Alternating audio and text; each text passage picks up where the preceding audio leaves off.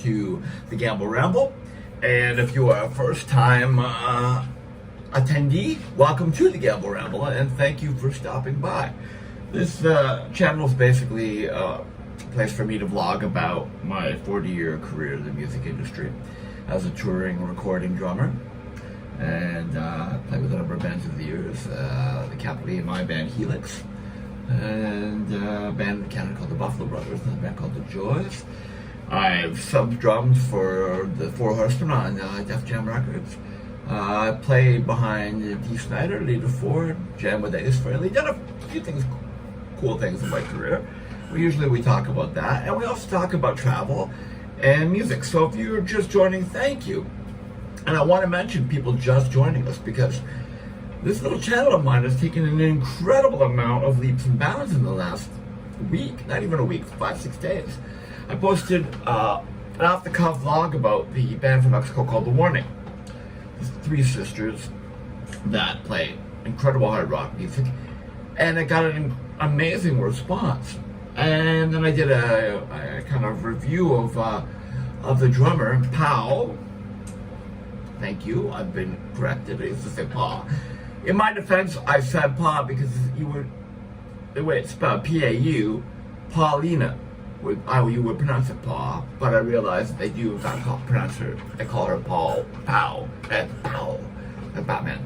And so now I've been corrected. Anyway, within these two basic little vlogs, off the cuff, unplanned vlogs about The Warning, my subscribership went from under 500, mid-400s, to over 700, which is wild, and if you think about it, 4 or 5 days for a small channel. So I sincerely thank all of you that have subscribed. And if this is your first time, or you're back for more and you haven't made up your mind yet, could you please do me a favor? Could you please subscribe? Because I'm this close to being able to hit 1,000 subscribers, which would allow me to monetize the channel, which would bring a little bit of income in, which I can put into attending things like Warning concerts, traveling a little, just having a little more accessibility and flexibility of things to vlog about. So if you could do that, I'd appreciate it. If you're already a Gamble Ramble subscriber, thank you. Please click like, share, comment below. And I want to start with a comment on the very first Warning related vlog I ever posted. The comment is this the channel that talks about how very old people that are fans of The Warning? Fair enough. I guess it could come across that way because I'm 56 years old. I'm certainly not their typical fan base.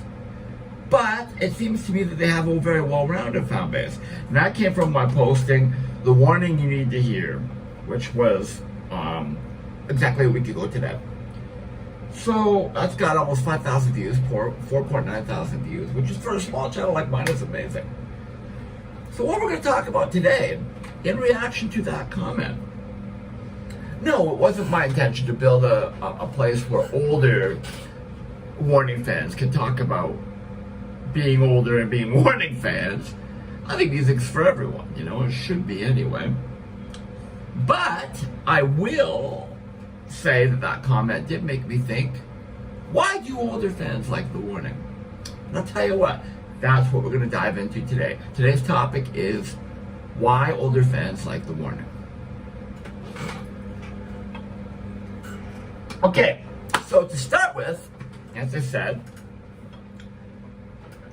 thank you to The Warning Army, the Warning's incredible fan base for even just giving me a bit of their time and coming here, listening. And your comments have educated me so much, it's unbelievable, like the things I've learned about this great band. Yeah, you gotta remember I was just a casual listener, but every time you guys teach me something, I go back and I listen to another song and I deep dive for more facts. Just a great band. So, why would someone like me, who was born in the 60s, raised in the 70s, started a professional career in the 80s and onward, be into a band of young women in their early 20s, late teens from Mexico?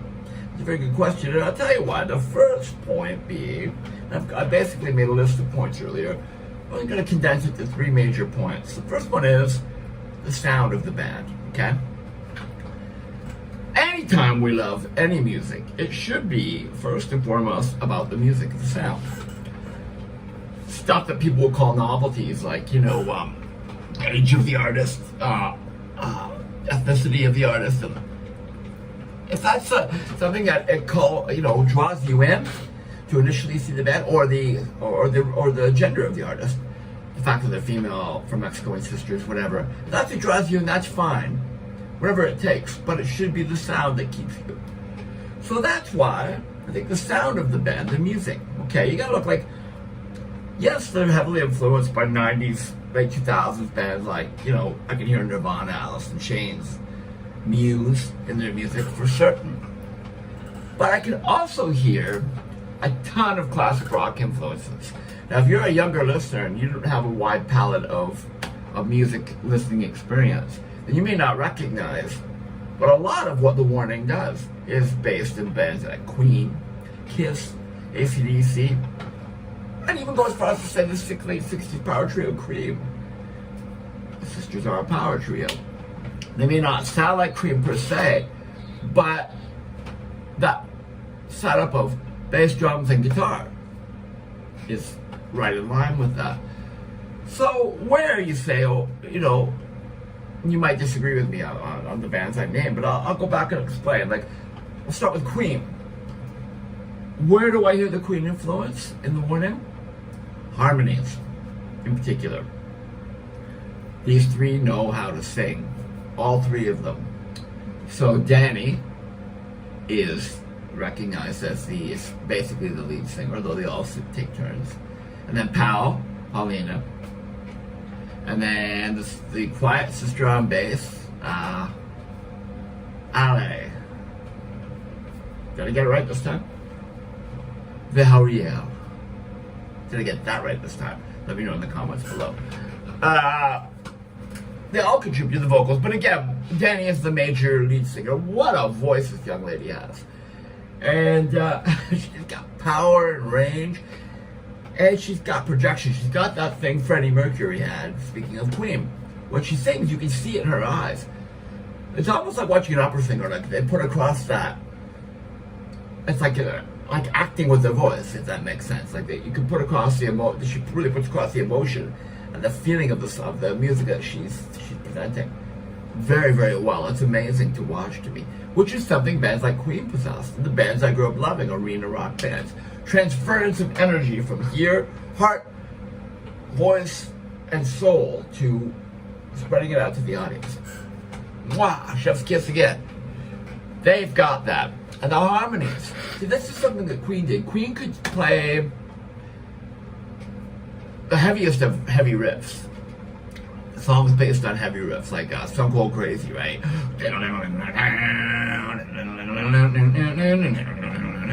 That's like Black Sabbath area. Then you put Stone Cold Crazy on top of that, 3-part stacked harmonies. It sweetens it up just a little bit. It's a great formula to have. Who has that formula? The Warning. Amazing. They got this, minor key power riffage going on, and then just sweetened with a little bit of that. So there's one thing they have in common with Queen. Another thing I find that they have in common with Queen is the use of pop dynamics in their arrangements.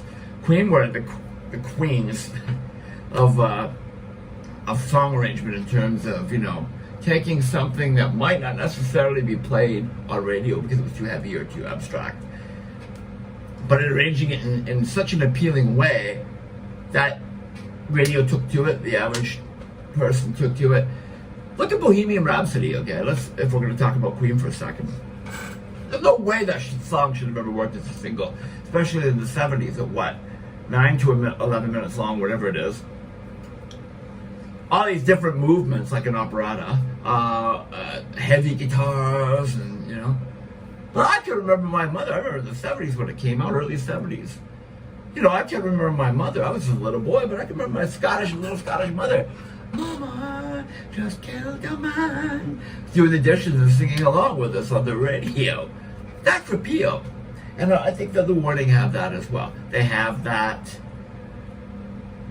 the chocolate meets the peanut butter to give you the peanut butter cup, right? the heaviness of hard rock that hard rock fans love, authentic hard rock riffage with the sweetness and arrangement and vocals of Queen. And that also brings to mind Alice in Chains. I had a comment here from someone that's hopefully a subscriber now. Hint, hint. Subscribe. They said that they had never, when I mentioned that I heard Alice in Chains' influence in Powell's drumming, they said that they went back and listened to The Warning with new ears because they'd never thought of that before, which is a great compliment, and I hope that I helped maybe change your perspective. But I stand by that. Sean Kinney from Alice in Chains, great drummer, and a lot of stuff like the song "Wood" was the example I used in the previous log, is tom-tom based.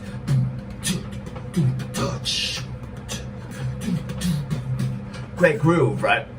Pow does a lot of that stuff. You watch her, she loves her tones, and she plays them great. She's got great compositional skills as a songwriter and great compositional skills as a drummer. Her drum parts are composed to be very melodic, cool, and hooky. Not just to drummers, but to the average person. So there's another thing that they have in common with what Van I mentioned, Alice in Chains. Great wicked harmonies, sweet harmonies over top of just hardcore drop-tuned minor key riffage. Now, the next one I mentioned Muse, which of course, yeah, you know, I think it's pretty obvious. The girls have said in a million interviews how much they love Muse, and Muse were a huge influence, their favorite band. Growing up, they toured with them. You can hear it. I don't even think we need to touch on that. The true fans would be the people that are watching us. You already know. You don't need me to tell you. I'm only a casual listener of Muse anyway, so. But you can hear it. It's there, right? Nirvana. You may not agree with me on this, but I hear the strong influence of Nirvana in terms of dynamics of the Warning's music, which is, you know, laid back verse and then build up to a crushing chorus where like Powell would switch over to the riding on the crash cymbal to build it up and then bring it back down. Now, we know, those of us that are music lovers know that Nirvana got that from the Pixies. And so it carries on. The Warning, in my opinion, use that as an instrument of their writing as well. That Nirvana-based dynamic. And they're also a trio with a compelling front person. So there you go. But before we move on to the next topic, I do want to close out by saying I started going to concerts in 1977 or 78. I was just a little kid. My older brother used to take me. Actually, if I could take a second to, on a personal note, it was 4 years ago.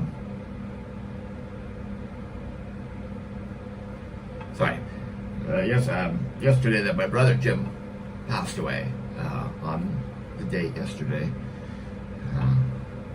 And it actually made me think of him because he took me to my very first concert, which was Cheap Trick and a Canadian band called Opening called Prism. So thank you, Jim. This is for you. Love you and I miss you. Sorry, it's been 5 years. Sorry, folks. I got a little off track there for a second. I apologize. A little emotional, but I'm a human being. I'm not a robot, right? This is not AI controlled yet. The Gamble Ramble never will be. So yeah, Jim used to take me to a lot of arena shows when I was a kid. I was very fortunate to see a lot of 70s bands in action, and the energy I feel from watching live clips. I have not seen The Warning live, but the live clips of them reminds me of those shows when I was a kid. Like a lot of young people getting together and excited about music, you know. And don't you gotta admit, right, folks? There's nothing better than a feeling at a concert when the lights go down and you get the goosebumps. Like my hair is standing on my arms, is standing on end just talking about it right now. You know the feeling. And we all collectively let out a scream and it just, here it comes, rock and roll. Nothing better. Okay, so let's move on to reason number 2 why older fans like The Warning. The fan culture based around them. My God, if I haven't experienced this firsthand in the last 5 days, 6 days, I don't know who has. The Warning Army. Like, my little channel has almost doubled in size. It's more than quadrupled in size, number of hits, views, and comments. But the number of subscribers has almost doubled in a 5-6 day span because of the Warning Army. So here's where I can identify with this. I was a massive Kiss fan growing up. And I was lucky enough to tour with Kiss. I toured with them on the 1995 convention tour. Did 9 or 10 shows with them. Matter of fact, I'll go on something I never normally do. I'll come off break mode here for a second. But you can see me with pictures of me on my wall with Paul Stanley, Gene Simmons, Ace Frehley, and Peter Criss. I don't normally like to move the camera like that, but let's put on a little something. Oops. That's part of the topic, and that is the fact that I was a proud member of the Kiss Army in the 70s. Like a massive Kiss fan. And again, getting to tour with them in 95 was like a dream come true. And also, I've had the privilege of playing drums behind Ace Frehley at 2 different occasions, but we'll talk about that in another vlog. The point being, I was a corporal of the Kiss Army. Like, I was right in there for life in the 70s, in the prime of Kiss fame. Now, the Warning Army, the name is apt because the devotion I see you fans give to Kiss, the Warning, reminds me of the devotion myself and others gave to Kiss back in the day. And that is fantastic when you have an unshakable faith in a band, devotion to them, get behind and support the things they do. It's a really good call that you guys called yourself the Warning Army, because it does remind me exactly of the Kiss Army. And, you know, like I knew everything about Kiss when I was growing up. I knew their birthdays, I knew their favorite foods, their favorite colors. The Warning Army reminds me of the same. Like, I see the comments you guys leave. And please comment on this below if you care to agree or even disagree. You guys seem to know everything about them, about how they grew up and who taught drums to Pow, and you know, their early contributions to YouTube and so on and so forth. It's really cool. It's like, you know, one woman I've seen, she's in a bunch of the Warning's official tour videos. She's traveled to see them, I think she's at almost 60 times now. She's traveled to South America, North America, Mexico to see the band play. And I don't remember her name, but if you know, you can put it in the comments below, please. That is incredible loyalty, and I saw that with Kiss fans too. We toured with them. You'd see people coming to multiple cities, spending their hard-earned money. The loyalty has that fan base. The Warning has that fan base, sorry, that loyalty.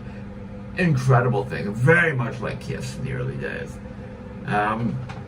It's funny because, you know, Kiss had a thing about a mystique about them. If you weren't there, you couldn't experience it firsthand, but no one knew what they looked like with their makeup off, and, you know, yeah, you felt like you knew them. You knew every little thing about the band, and I get that sense from Warning fans as well. So, we'll close this off with the last thing. Why older fans may like the Warning. They're a power trio, okay? Which, there aren't a lot of these days. Muse is one. But they use outside musicians on stage, but fair enough. Warning use tracks to fill things up.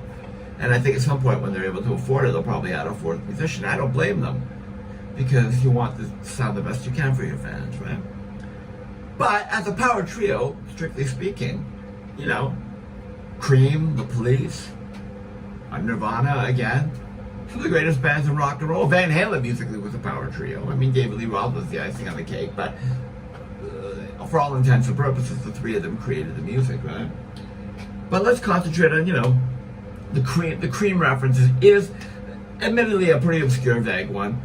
For those of you that are older, younger, or may not know who Cream is, a great band from late 60s, early 70s that featured Eric Clapton. And had some great classic rock songs. Sunshine of Your Love, White Room, which I'm sure if you heard, you would know. So there was a connection between the 3 of them on stage. You could see it. And I believe that the Warning has that as well. When you watch them, they're very connected to each other. Yes, they're family, but musically speaking, there's something going on, you know.